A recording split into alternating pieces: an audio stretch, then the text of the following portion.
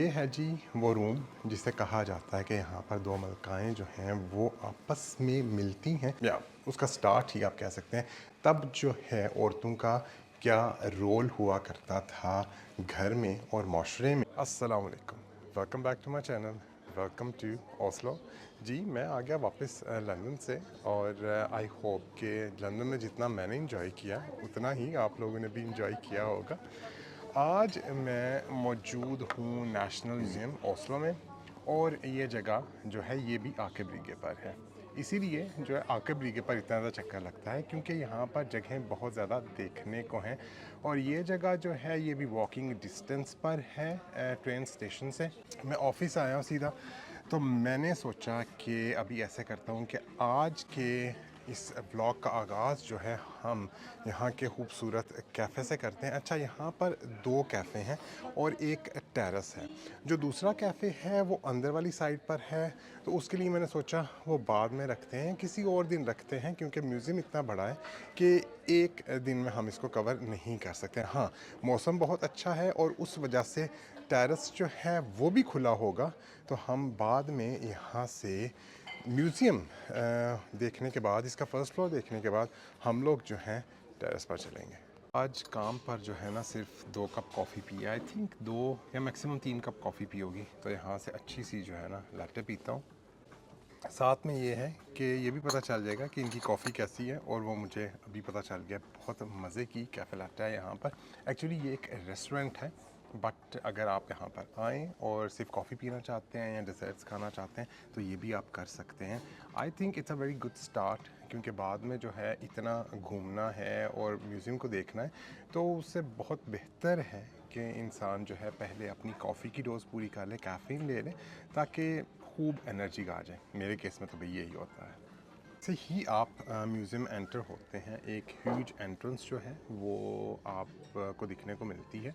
उसके साथ साथ दूसरी जो इम्पोर्टेंट बात है कि जब आपने म्यूज़ियम के मेन पार्ट में जाना है तो आप अपनी जैकेट्स और अपने बैग साथ लेकर नहीं जा सकते हैं। छोटे बैग्स जो हैं वो अलाउ होते हैं, लेकिन उनकी भी चेकिंग होती है। अदरवाइज़ आप अपने बैग्स वगैरह, या आपने अगर कोई जैकेट पहनी हुई है तो वो आपको लॉकर में रखनी पड़ती है। लॉकर जो हैं वो फ्री ऑफ चार्ज हैं। इसके साथ साथ प्राइसेस कुछ यूँ हैं कि फॉर वन टाइम विज़िट आपने 200 नॉर्वेजियन क्राउन्स देने हैं, लेकिन अगर आप सीज़न या पूरे साल का यहाँ से कार्ड लेना चाहते हैं तो वो आपको 600 नॉर्वेजियन क्राउन्स का मिल जाएगा, और उसमें आप एक बंदे को भी अपने साथ लेकर जा सकते हैं हर दफ़ा। ये म्यूज़ियम नेशनल म्यूज़ियम 11 जून 2022 को खोला गया था, और साल में लगभग 6 लाख लोग इस म्यूज़ियम को विज़िट करते हैं। म्यूज़ियम के अंदर आ चुका हूँ मैं, फ़र्स्ट फ्लोर पर हूँ मैं। बड़े अच्छे तरीके से जो है वो सब कुछ यहाँ पर एक्सप्लेन किया हुआ है। हम लोग इस वक्त यहाँ पर हैं, तो यहाँ से हम लोग सीधे चलते हैं अंदर।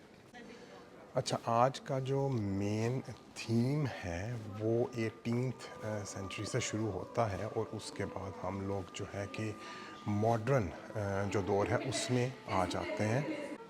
रास्ते में जाते हुए 18th सेंचुरी का जो सेक्शन है उस तक रास्ते में बहुत से जो हैं कि कोई आप कह सकते हैं कि कल्चरल जो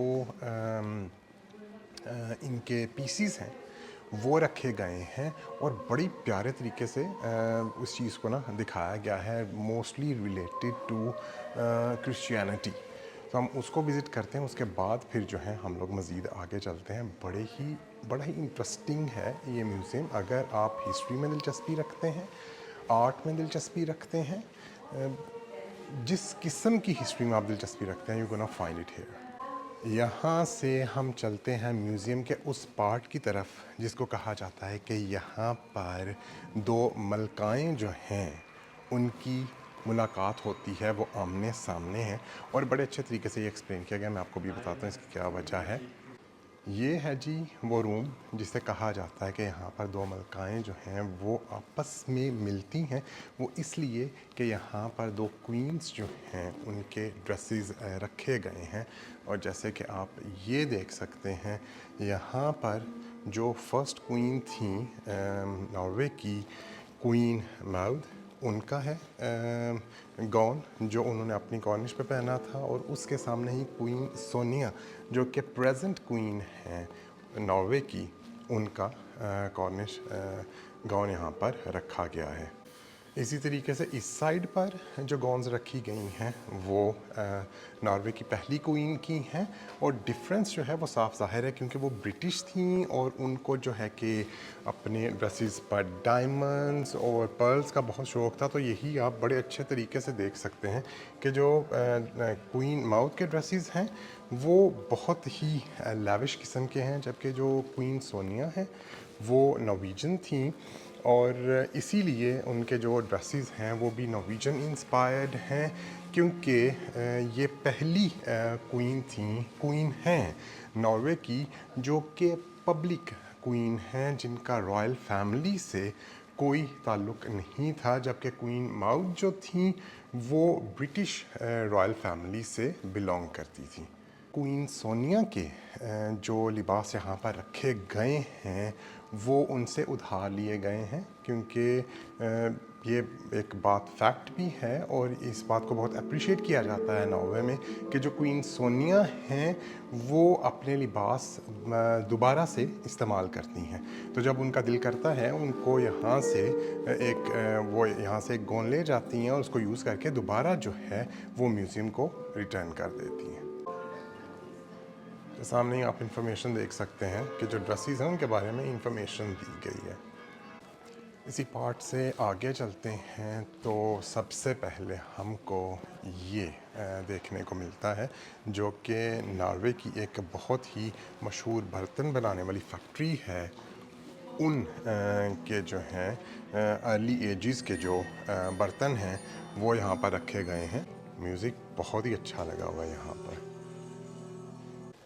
ईच एंड एवरी पीस जो यहाँ पर रखा हुआ है उसकी अपनी एक हिस्ट्री है और सारी इंफॉर्मेशन जो है वो डिटेल्स में दी गई है यहाँ पर।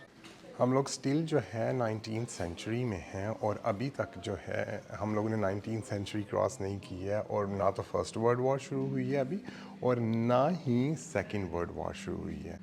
इस जगह से अंदाज़ा लगाया जा सकता है कि उस वक्त नॉर्वेजियन जो रिच पीपल थे, जो अमीर लोग थे, जो यहाँ का एलिट तबका था वो कैसे रहता था और किस किस्म के बर्तन जो हैं वो यूज़ करते थे। स्टिल ये डिज़ाइंस जो हैं नॉर्वे में मिलेंगे, but they are still very expensive. ये सेक्शन जो अभी आएगा बहुत ही इम्पॉर्टेंट है, क्योंकि ये सेक्शन जो है रिप्रेजेंट करता है जब बरतानिया में दुनिया की पहली आर्ट एग्ज़िबिशन जो है वो अरेंज की गई थी, उसके बारे में है। तो बस अभी हम लोग वहाँ पर ही चलकर जा रहे हैं और वहाँ से हम लोग देखते हैं कि नॉर्वे अपने साथ कौन से आर्ट पीसीज लेकर गया था जो कि वहाँ पर बहुत मशहूर हुए। तो ये हम लोग पहुँच गए हैं जी वहाँ पर, और ये आर्ट पीसीज जो हैं वो बरतानिया में रखे गए थे, और जो सबसे ज़्यादा पॉपुलर चीज़ हुई थी वो ये ग्लास है। ये वहाँ पर बहुत पॉपुलर हुआ और कुछ ही दिनों में सोल्ड आउट हो गया। और ये एग्ज़िबिशन जो थी ये क्वीन विक्टोरिया और उनके हस्बैंड प्रिंस एल्बर्ट जो हैं उन्होंने अरेंज की थी। सारी दुनिया से लोग वहाँ पर आए थे, ताजिर वहाँ पर आए थे, उन्होंने अपने स्टॉल्स लगाए थे और ये नॉर्वे की कंट्रीब्यूशन थी उस एग्ज़िबिशन में। अच्छा, अभी जो है ना हम एक बहुत ही इंटरेस्टिंग रूम में आए हैं। यहाँ पर दिखाया गया है कि 19वीं सदी में लगभग 1850 आप कह सकते हैं, या उसका स्टार्ट ही आप कह सकते हैं, तब जो है औरतों का क्या रोल हुआ करता था घर में और माशरे में। ये है जी मॉडल एक नॉर्वेजियन घर का 1850 और समथिंग लाइक दैट। इसमें ये बताया गया है कि उस वक्त जो है कढ़ाई का काम जो है औरतें बहुत ज़्यादा करती थीं, और इसी वजह से कढ़ाई के काम से ही वो अपने घर को डेकोरेट करती थी। जैसे कि आप ये देख रहे हैं, ये कुर्सी पर जो है वो कढ़ाई का काम हुआ है, इसके साथ साथ टेबल पर जो रखा गया है, उसके बाद कुशन्स जो हैं।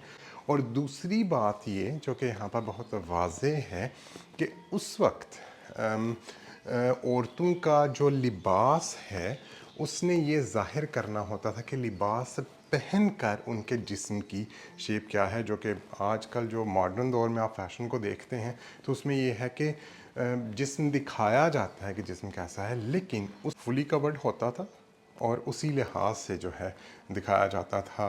अगर औरतें पतली हैं तो उसमें कुशन्स यूज़ किए जाते थे, जैसे आप देख सकते हैं कि पीछे बैक जो है उस पर कुशन्स यूज़ किए जाते थे उस वक्त। यहाँ पर भी कुछ लिबास रखे गए हैं उसी वक्त के, और ये बिल्कुल उसी चीज़ को रिप्रेजेंट कर रहे हैं कि औरतों का लिबास जो है वो उस वक्त जिस्म ढांपने के लिए बनाया जाता था। और ये जो सामने आप गोंद देख रहे हैं, ये इटली के एक डिज़ाइनर हैं, उन्होंने ये डिज़ाइन की थी। एक्चुअली उनकी वाइफ ने डिज़ाइन की थी, लेकिन उस वक्त में जो है कि मर्द के नाम से सब कुछ जाना जाता था, तो इसलिए ये उन्हीं से रिलेटेड की गई। यहाँ से ही हम लोग सीधे एंटर हो जाते हैं स्टेनोस्ट्रम रूम में। अच्छा, स्टेनोस्ट्रम जो है वो नॉर्वे का पहला शॉपिंग सेंटर था। उस ज़माने में ये होता था कि औरतें जो हैं वो अकेली घर से बाहर नहीं थी निकलती, और जो है कि माशरे की अशद ज़रूरत थी कि कोई ऐसी जगह बनाई जाए जहाँ पर औरतें अकेली जा सकें, इसलिए ये शॉपिंग सेंटर बनाया गया।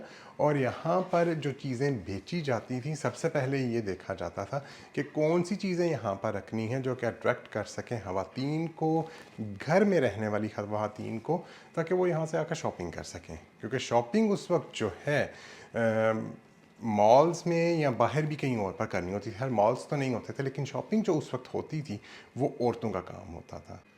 यहाँ से मज़ीद आगे चलते जाते हैं और सडनली हम लोग जो है 19वीं सदी को क्रॉस कर लेंगे। ये जो एक सैंपल रखा गया है, आप इसको कह सकते हैं कि अलमारी कह सकते हैं या कुछ भी कह सकते हैं, ये है जी 1783 का, और ये 1910 का है, जो कि ये दिखा रहा है कि कैसे कल्चर को जो है, आर्ट को जो है नस्ल दर नस्ल जो है मुंतकिल किया गया था। इधर आपको एक बहुत ही इंटरेस्टिंग चीज़ जो है वो दिखने को मिलेगी, वो है ये लिविंग रूम। ये लिविंग रूम जो है ये स्वीडन में रिप्रेजेंट किया गया था वहाँ पर बेचने के लिए, लेकिन ये कभी भी यूज़ नहीं हुआ, ये सिर्फ म्यूज़ियम में ही रखा गया। ये मॉडल बहुत ही पॉपुलर हुआ, ना सिर्फ स्कैंडिनेविया में बल्कि पेरिस में भी इसके बड़े चर्चे थे, लेकिन कभी भी ये किसी घर में मॉडल रखा नहीं गया।